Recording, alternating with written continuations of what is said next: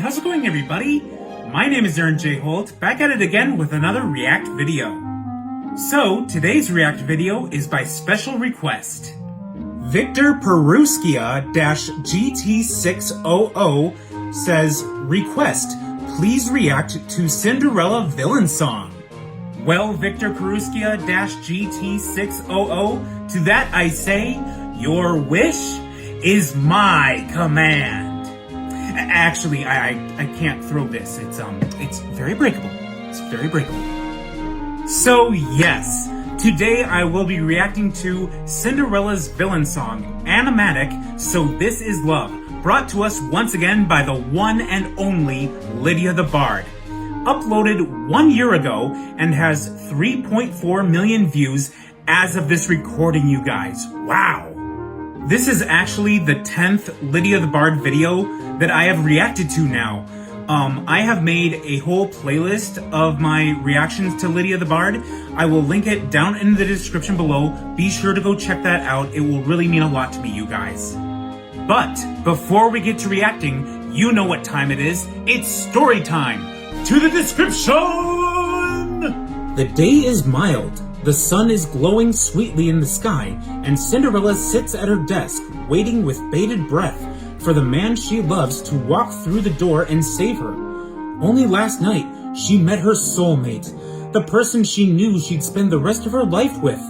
Then the clock struck 12, and Cinderella's spell was broken, forcing them apart. But the power of love is strong. She's read it in her books, and it can conquer all. Finally, the prince's men arrive. She knew he'd come for her. Cinderella races to her door to greet them, only to find that she had been locked in by her evil stepmother. Quickly, Cinderella sends her mice friends downstairs to retrieve the key. But unlike the tale you may be familiar with, they are unable to steal the key in time, and so Cinderella misses their visit and her chance to be with the prince. Cinderella remains in her room, locked there for weeks, living off of the hope that the prince must be waiting for her. She has always been a being of love and hope. It's all that's gotten her through those years living as a servant, all that has gotten her through these torturous weeks. The hope that there was a light, there was love at the end of the tunnel. If you stayed strong and treated those around you with kindness, no matter what they threw at you, then eventually you would find happiness too. Her fairy godmother would visit her occasionally, encouraging her to wait. That much as she may wish, she cannot interfere in the course of true love anymore. The prince must come for her. And at long last, her time was about to arrive. The man she loved would come for her eventually, and she would finally step into a life she deserved. She just had to remain patient. What the heck, fairy godmother? Are you the watcher? You cannot interfere? Not even a little? One afternoon, Cinderella is sitting at her desk again, her regular spot, as she waits for her prince, and to her surprise, her fairy godmother arrives to deliver some news. News that rocks Cinderella to her core. The prince has given up his search to find her. The prince has married another. No!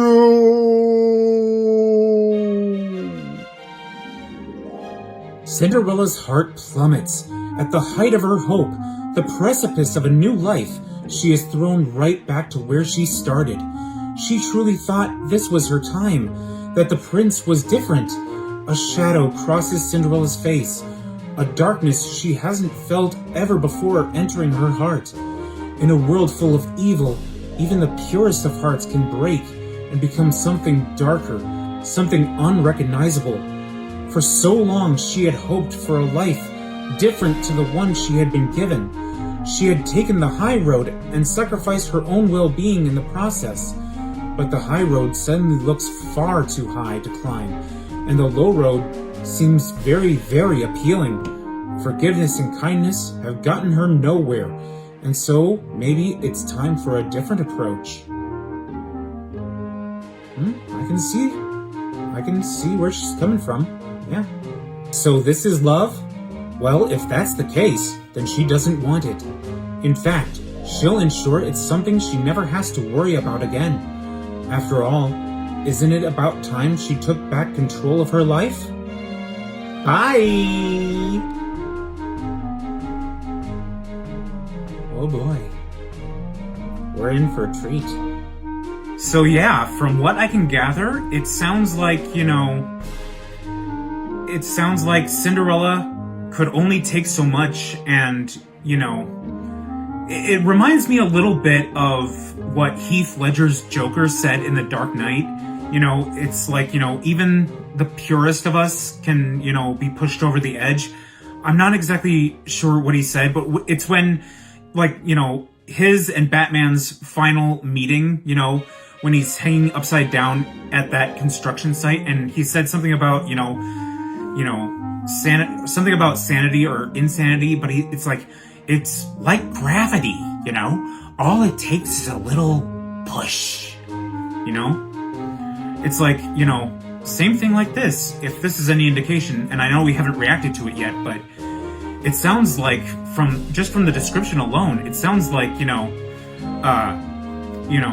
Cinderella can only take so much, she's been taking it all, all of this abuse and, all the darkness, and now just the news that, the prince has given up, searching for Cinderella, and just that news is just a little bit, the final push to darkness, But we'll just have to see. As I've said before in the past, I've loved Lydia the Bard's music and her videos, and so my expectations are super high. I can't believe I haven't reacted to this before. I'm looking forward to this. We've already wasted enough time, guys, so what do you say? Let's get started.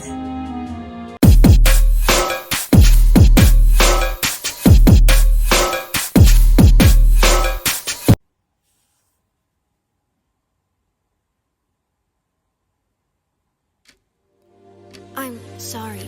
Did you just say the princess married another? But I was waiting. I thought it was finally my time. I shouldn't be surprised, really. He didn't even ask me my name that night. So this is love. So this is love. So this is what makes life divine. Put on a show, dance nice and slow, stood toe to toe, and watch them as they all fall in a line. Watch them fall in line. You earn their trust, watch as they blush, lie just enough. So this is love. This is love. Ooh. This is love. Oh, nice dress change. So this is love. So this is love. If this is love, then I'll decline. Midnight arrives, lost your disguise, run out of time. Must hurt to sit there lost and kind of find out.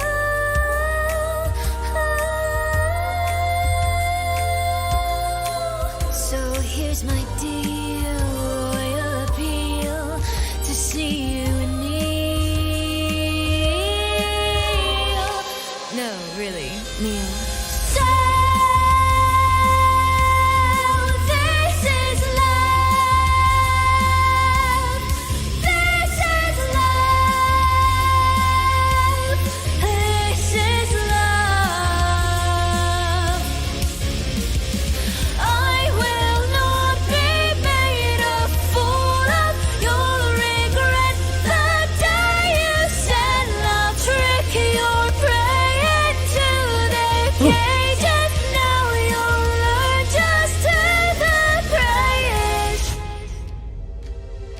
thing you call love. Yeah, I'm kind of done with it. Dang. So this is love. So this is love. So this is what makes.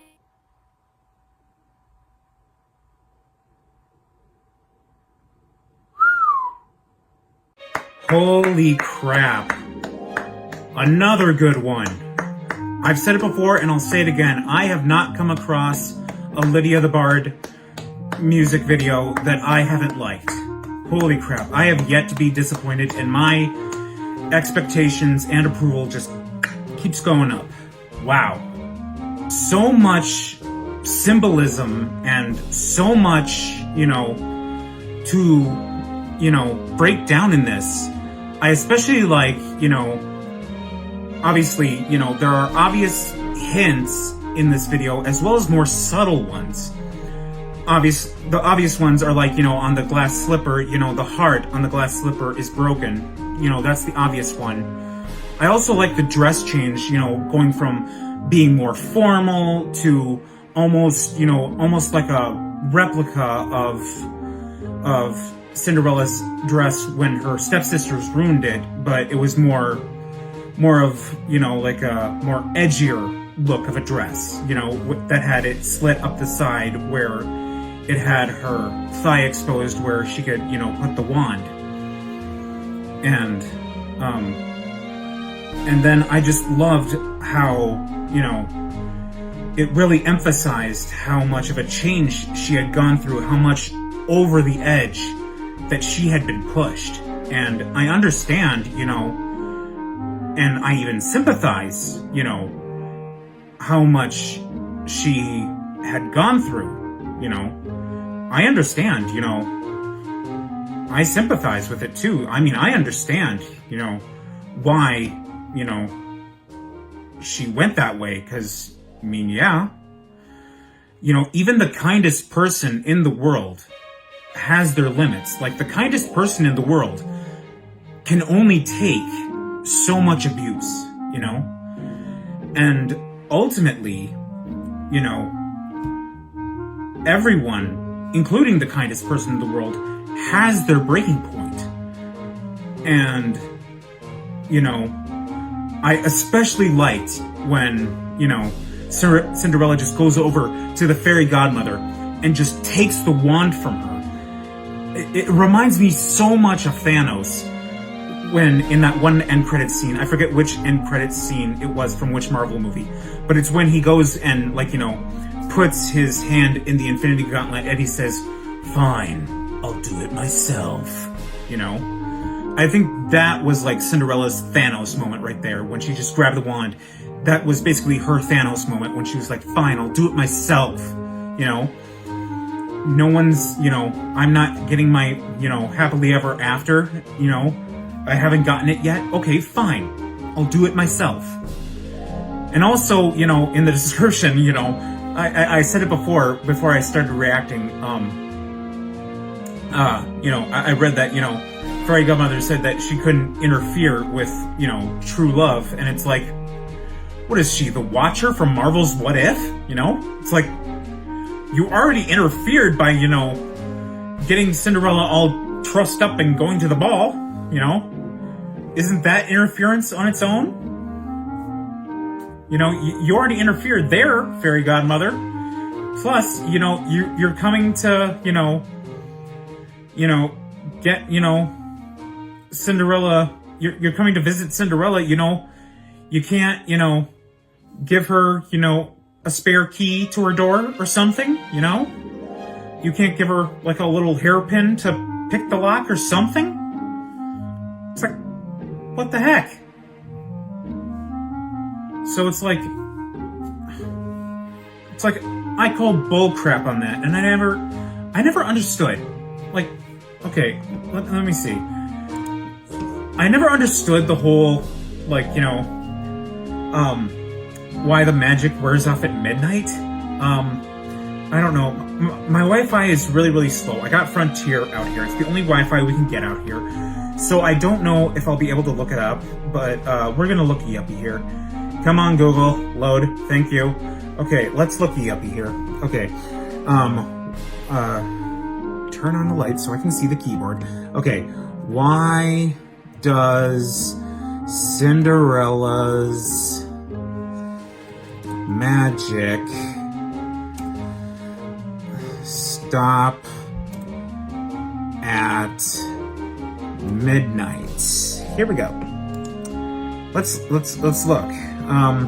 In the Cinderella story, Cinderella's magic stops at midnight because her fairy godmother's spell is designed to only last until that time, serving as a reminder that her transformation is temporary and she must return home before the clock strikes 12, or everything will revert back to its original state, including her beautiful dress and carriage and horses turning back into a pumpkin, mice, and Rex, respectively. Okay, but that doesn't answer my question. Why? In Cinderella, the price has a time limit, but why does it wear off at midnight? Why? That doesn't answer, why does it wear off at midnight? Like, why doesn't it wear off at 11 p.m. or 1 a.m.? Why midnight? It's like Shrek says in Shrek 2 when he's reading, the happily ever after potion, It's like, to make the effects of this potion permanent, the drinker must obtain his true love's kiss by midnight. And then Shrek's like, midnight? Why is it always midnight? But why at midnight? In traditional fairy tales, let me see. And Reddit. Okay, Reddit. Symbolic. Let me see. Symbolic meaning. Midnight often represents a boundary between reality and fantasy, signifying that the magical experience is not meant to last forever. Oh! Okay. This limitation creates tension in the story as Cinderella must race against time to find her Prince Charming before the magic wears off. Fairy Godmother's power. The Fairy Godmother's power is not limitless, and she sets a specific time for the spell to end. Ah! Okay. Again, this is AI overview, so take everything I say with a grain of salt here. I mean, this is generative AI is experimental. Let's see. Let's go to Reddit. Reddit. Daniel Tiger conspiracy. Why did Cinderella's magic wear off at midnight? What the hell was wrong? What the hell was wrong with her fairy godmother? Yeah, what the hell? If you can make a pumpkin carriage and turn mice into goddamned horses, you can make your magic go longer than 12:01 a.m. What is wrong with you, Billy Buddy Boo, bitch? In traditional fairy tales, i.e. not the Disney versions usually, there is a price for magic. Yes, Rumpelstiltskin, all magic comes with a price, dearie. In Cinderella, the price is a time limit. The fairy godmother did manage a tiny loophole, though. The shoes didn't vanish at midnight when everything else changed back. A bigger loophole would have cost Cinderella a lot, probably more than she was willing to pay in the older versions. Nice. She got a free trial only. It was pay-to-play arrangement, but Cinderella couldn't afford it. Oh, that's good. Pretty typical fairy magic. Explain that in more plain, simple English, people, because I personally can't understand what you guys are truly saying. What? I understand it, and I'm a pretty big idiot. Okay. I pretty much understood what the heck they were saying. Okay, what the heck? Okay, but yeah. But yeah, that actually makes pretty good sense, Midnight actually separating between fantasy and reality. Actually, that makes a lot of sense now, Even if that is AI generative being experimental, actually that does make a lot of sense to me. Actually, the issue that I have with Cinderella is not the plot, it's not the character Cinderella. The problem that I have with any Cinderella story, whether it be Disney, whether it be the original, whether it be the modern takes on it, starring Hilary Duff or Selena Gomez, the problem I have with any version of Cinderella is the stupid prince, It's like, you can't remember anything about the girl that you danced with, who you want to spend the rest of your life with, other than the fact of what she left behind, you know? Oh, you know, I can't remember anything about the girl I was with other than, you know, her shoe, or her cell phone, or her iPod, you know? You can't remember anything about her, you know, how tall she was, how short she was, how thin, you know, her body shape, you know, if she was black, white, Hispanic, Asian, you know, if she had blonde hair, red hair, if she was brunette, you know, if she had black hair, if her hair was long or short, if it was curly, or, you know, if her, like, what her voice sounded like, what color eyes she had, you know, if she was, you know, good at dancing, how she laughed, you know, nothing else about the girl but, you know, her shoe size, or her cell phone, or her iPod. Nothing else about the girl. Nothing. Ugh. Just being so stupid. And, you know, then having the women audition for you, you know. Oh my gosh, just so stupid. And it's actually one of the reasons why I like the Disney animated version of Cinderella is because of the Grand Duke, you know, the guy with the monocle. Because of that one scene when he goes and wakes up the king, you know, and he tells the king what happened, and he tells him that, you know, she left behind the glass slipper, and the king announces, you know, that's what we'll do. We'll go throughout the kingdom, and we'll try this on every eligible maiden until the shoe fits. And the Grand Duke, you know, even he sees the flaw behind this method. He's like, you know, he says, sire, this slipper could fit any number of girls. How do we know we're going to get the right one? You know, it could fit, you know, this girl, and yet she could be the totally wrong girl from the girl who actually wore this, you know? You know, how do we know that, you know, Cinderella is the only girl who, you know, fits this shoe size?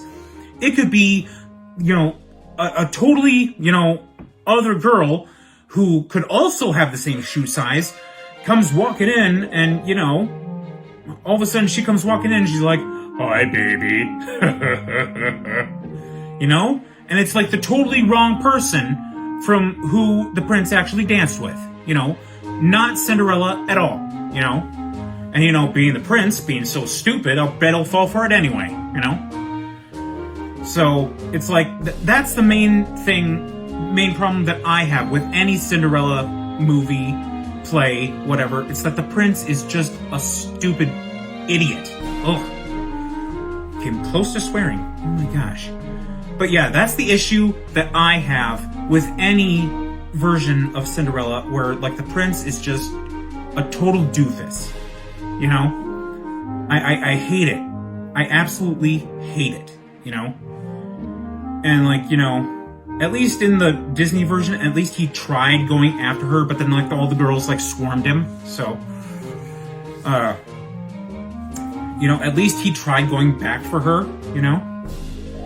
So, but even so, that's one of the reasons why I don't like, you know, the whole tale of Cinderella.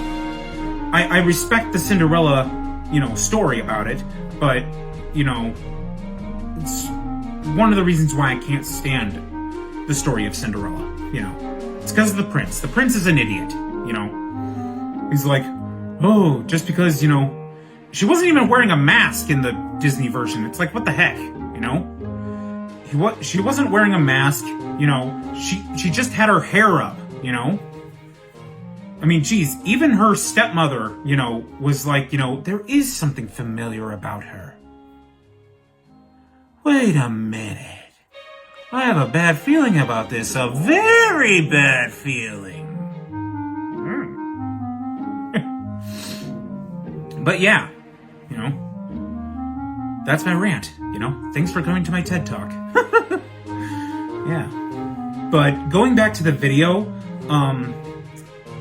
I do understand, I have to say, in Fairy Godmother's defense, okay, I do understand her not wanting to interfere, because of, I am a huge Kingdom Hearts fan, and, it was when I was playing through Kingdom Hearts Birth by Sleep, and excuse me, it was when you're playing through Terra's story, and when you play the Cinderella level Castle of Dreams, and Terra meets Fairy Godmother, and she asks him, in your heart, do you believe that dreams can come true? And he answers, I do, but I also believe that you have to make an effort to make them come true. And that is true. And so you can't just, magic can't be used to solve everything. And so I get why, Fairy Godmother can't just, pop in and, wave a wand and make everything all right at every single turn, if you want your dreams to come true, it's good to wish on that star, it's good to wish upon a star, but just wishing on that star, won't make your dreams come true automatically, like Tiana's dad says in The Princess and the Frog, wishing on the evening star, it's only going to get you part of the way. You have to help it out with some hard work of your own. And so, I understand, where Fairy Godmother is coming from, and I understand not wanting to interfere with this whole process of Cinderella's dreams coming true, and I can tell, but at the same time, I'm also a little frustrated. Like, I can see both sides, so I can see her reasoning, but I'm also a little frustrated at Fairy Godmother at the same time. So it's like, yes, I can tell that, I know that, I need to make my own dream come true, but it's like, there's nothing wrong with asking for a little help,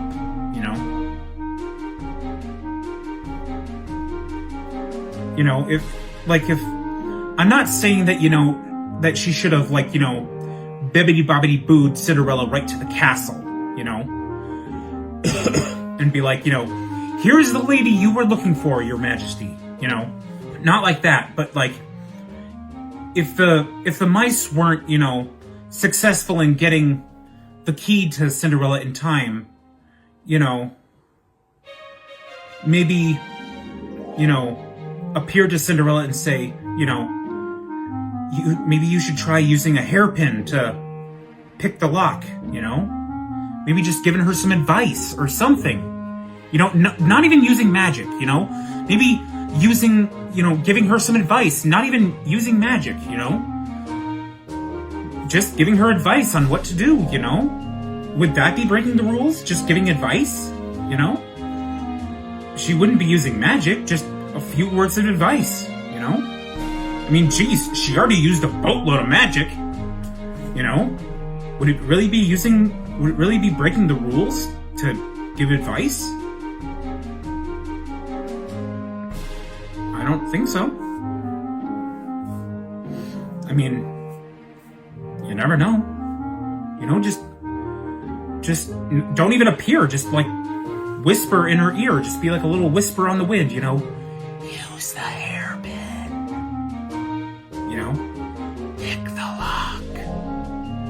Use the hairpin to pick the lock. Wow, it's windy out there. I can even hear it through my headphones. But yeah, I'm a little frustrated that, Fairy Godmother wanted Cinderella's dream to come true, and yet she stood by and did nothing. So she basically was like the Watcher from Marvel's What If. It's like, I swore an oath, I cannot interfere. And it's like, bull crap. So, But yes, thank you Victor Peruskia-GT600 for requesting this video. I am so thankful that you did. It was so wonderful to react to, so thank you so much for requesting it. I thoroughly enjoyed it, so thank you so much. Well, you guys, with that being said, I am going to be ending this video here. So, thank you guys so much for watching this video. If you liked it, be sure to give it a big thumbs up. Let me know down in the comments below how you think I'm doing, what other videos you want me to react to. Just remember, please keep the comments kind. Also, be sure to subscribe and ring the bell to get notified about my latest videos. Thanks again so much for watching, you guys, and I'll see you all in the next video. Roll the outro!